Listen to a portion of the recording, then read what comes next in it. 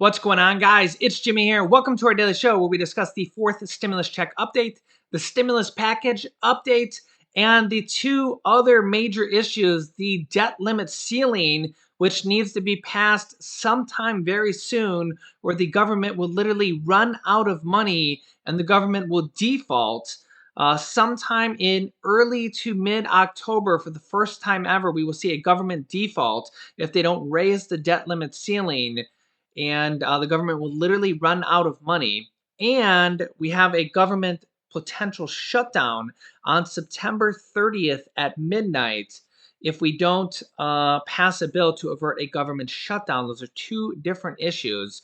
We are going to be having a bill voted on today to potentially see that, but it's very, very up in the air whether or not that is going to pass. We also have another bill that is supposed to be voted on today in the House of Representatives, but that is up in the air as well, the physical infrastructure bill.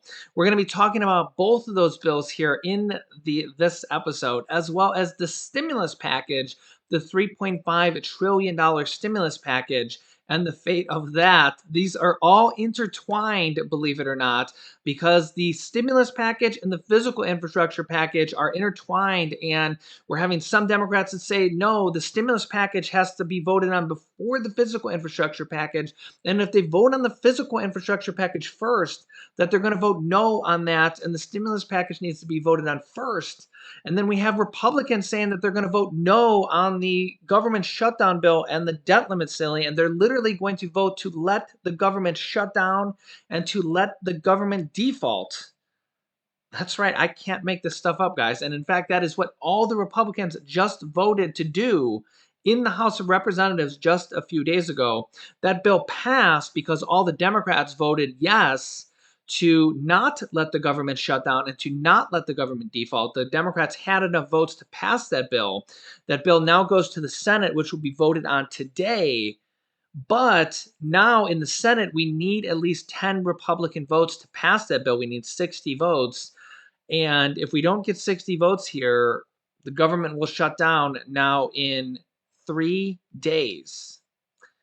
And the fate of that vote is up in basically the Republican hands, and not a single Republican voted yes to avert a government shutdown or a debt limit ceiling, which will be the first government default ever. A default is very, very catastrophic. It's basically the equivalent of the government running out of money or going bankrupt, basically not being able to pay its bills, not being able to fulfill its debt obligations, not being able to pay its interest on all the debt that it has accumulated for the last 100 years. Yeah, here's what Senator Cory Booker has to say about this issue. Very strong words here. Check this out. One of the lead negotiators, New Jersey Democratic Senator Cory Booker. Senator, so good to see you. Thanks for joining us. No, it's grateful. And Jake, I know we want to talk about policing, but I'm sitting here kind of stunned. And you said it, and I just want to make the point. Donald Trump ran up profligate spending, $8 trillion worth of debt. This debt ceiling raise is all about money Donald Trump spent to give the biggest tax cuts that I've seen in my lifetime to the wealthiest of wealthy. Corporations and billionaires. As well as middle-class people. Well, we know 65% of that tax break went to the top 10%. What Joe Biden's done is give the biggest middle-class tax break with the child tax credit. This is math. It's not complicated. And so for people who ran up that, who voted for it, suddenly to say, I'm not going to raise the debt ceiling on debt that we voted for, we supported, is to me, it's the kabuki theater, I think, that frustrates a lot of folks. What's happening tomorrow, Monday, continuing to run the government and raising the debt ceiling is the stuff that under Donald Trump, because I voted for under Donald Trump to raise the debt ceiling 3 times. Mm-hmm. What they wrote for, Mitch McConnell talked about, even my friend who's a gentleman, Senator Toohey, wrote an editorial in the Wall Street Journal, I think it was, calling for these actions. It's the thing that about Washington that frustrates many people is under Donald Trump, there were certain rules that now they don't want to do the same thing here. It is bad for the economy. It is bad during this time we're struggling with a pandemic. These are the kind of things that should be pro forma, and then let's focus on the bigger issues before us. Okay. And we showed Mitch McConnell's interview on the show yesterday. He says, you're right, we can't let the government default. The government has never defaulted, and you're right, we can't let the government default. But the Republicans are essentially going to vote to let the government default because they say it's on the Democrats to pass the bill to not let the government default. So the Republicans are going to vote to let the government default. They're going to vote no to pass this bill. We're going to see if they change their mind. That vote is going to go down today in the Senate. They need 10 Republicans to vote yes, or else we're headed towards a government shutdown. And the only way the Democrats can avert a government shutdown and a debt limit ceiling, well, there's technically two ways. There's kind of two ways. One is if the Republicans vote no on this combined bill for a government shutdown and a debt limit ceiling. Remember, the debt limit ceiling is the much worser thing. We've had some government shutdowns before, but we've never had a government default. That's where the government runs out of money, and anything that has to do with the government paying any type of bills and interest, debt obligations, anything. We've had Senator Bernie Sanders and Chuck Schumer and House Speaker Nancy Pelosi say Social Security could be at risk, payments to the military could be at risk, schools could be at risk, child tax credit payments could be at risk. Not with the government shutdown, but with the government default. Okay, and that is expected to happen in early to mid-October if the government default happens. And the only way to prevent that is if the Republicans do not vote on it today, is to pass it through the reconciliation process if the Republicans do not come along. Okay, so this vote today is very important. Maybe the Republicans will have a change of heart. We'll have to see. But the Democrats could, if the vote fails today, the Democrats could make a deal with the Republicans to avert a government shutdown by the 30th, but that will not help the debt limit ceiling. It would avert a government shutdown. But remember, the much, much worser issue is the debt limit ceiling, which Republicans are very adamant about, that they just literally just don't want to vote yes on it. It's kind of a political cat and mouse game. They could just vote yes on it. Even Mitch McConnell says, you've seen it on the show, that he says they know they need to vote. They need to avert a government shutdown. In fact, here it is. Mitch McConnell says America must never default. He says America must never default. But yet all the Republicans from the House just voted to let America default. And it's expected today that the Republican senators are going to vote to let America default and to let America have a government shutdown. I can't make this stuff up, guys. I mean, you're seeing it here happen before our eyes. So Mitch McConnell says that America cannot default. It can't happen. And yet they're going to vote to let it happen. Let me know your thoughts on this, especially if you're a Republican. So he says that America can't default, but they're going to vote to let America default. Now, the Democrats can maybe avert a government default through the reconciliation process if they can get it done in time through the stimulus package, the reconciliation process, if they can get it done in time. We're going to see here. Meanwhile, the White House has begun to tell government agencies to prepare for a government shutdown, which will happen now in 3 days if they don't pass this bill in the Senate today. So literally, the White House is expecting this bill not to pass in the Senate today, this combined bill for a government shutdown and a debt limit ceiling, because the Republicans are saying they're not going to vote for it. And the White House is literally telling government agencies and states to prepare for a government shutdown. So, I don't know. You tell me your thoughts. Here it is, black and white. Dr. Anthony Fauci says this is the worst time in the world for a government shutdown is in the middle of a pandemic. It's not wrong. I mean, can you think of a worser time? Well, yeah. I mean, can't make this stuff up, guys. Can't make this stuff up.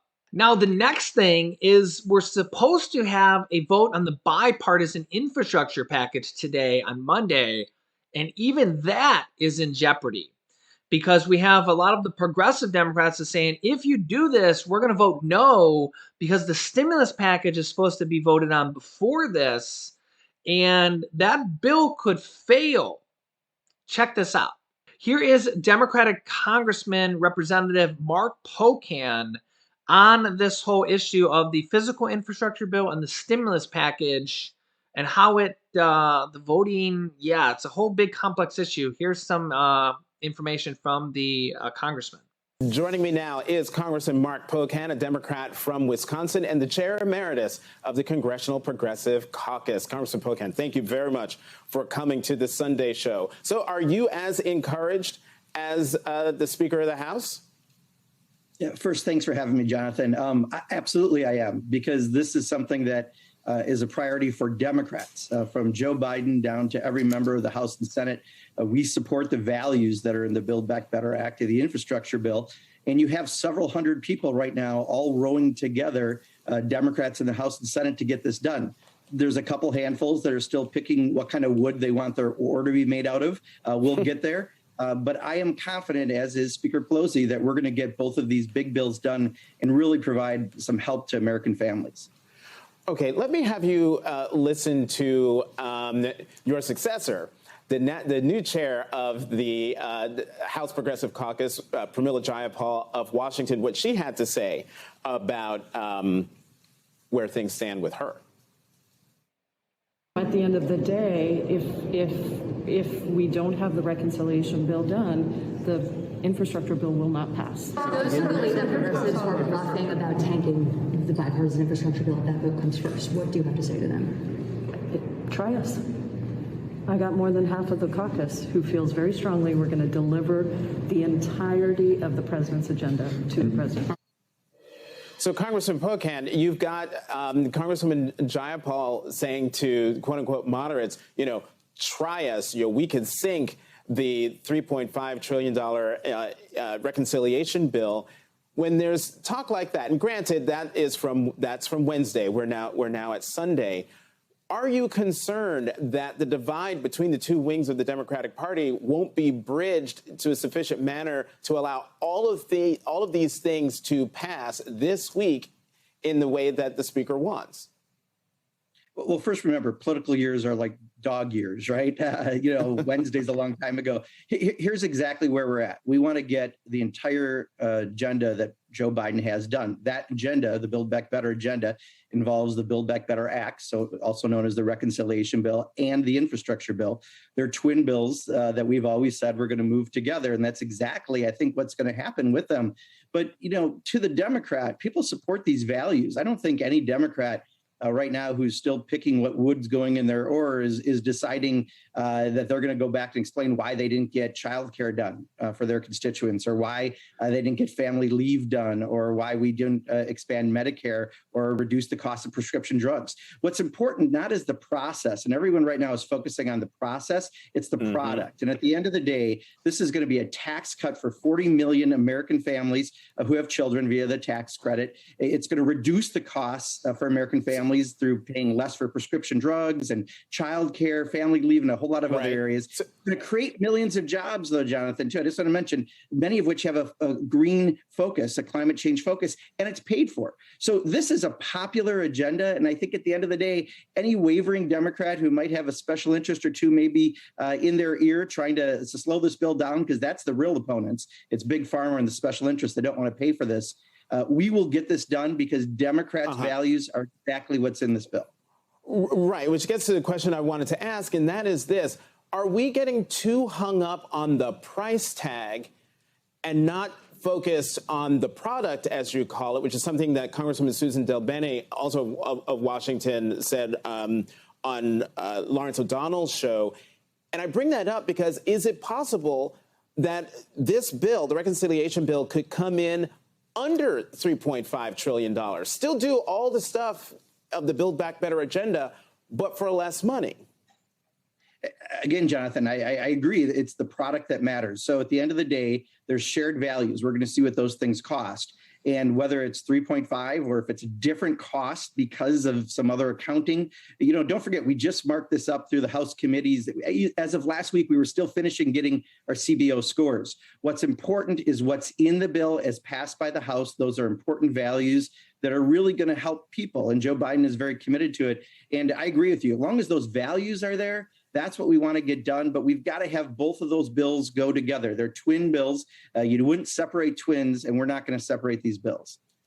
I find it interesting that the price tag, there's some wiggle room there. Well, last question for you. And am I wrong in thinking that all of the red line drawing that we have seen over the past week, and that I'm sure we're going to keep seeing until the votes are taken, that this is the storm before the calm, that one day we're going to wake up and boom, breaking news, there's an agreement? Jonathan, I agree again. I mean, I think these values are democratic values. We know our constituents want these things: affordable childcare, family leave policies, expanding healthcare options. There's so much in here that's good for American families, and they are democratic values. So even the people who are a little slow to come to the party, there's several hundred of us who are there. And as Nancy Pelosi said, there's not an inter-party fight. The opposition really out there is big pharma and these special interests, many of which are running commercials, trying to pressure members of Congress. Right. I think we're bigger than this. And Joe Biden has done a great job in rallying us as well. And this will happen. It may not be Monday. It may be Wednesday. It may be the following Wednesday. End of the day, what matters is the product, and we will deliver. So, yeah, you heard him there. I wouldn't be surprised with what Representative Jayapal there, Pramila Jayapal, leader of the Democratic Progressive Caucus there, saying that she has a whole bunch of Democrats that are going to vote against the bipartisan infrastructure bill if they don't have an agreement, or if the stimulus package isn't voted on before the physical infrastructure package. We've seen her in another interview that I played on the show in a video or two before this, that they want at least an agreement or a vote on the stimulus package before the vote on the physical infrastructure package. She would be okay with an agreement.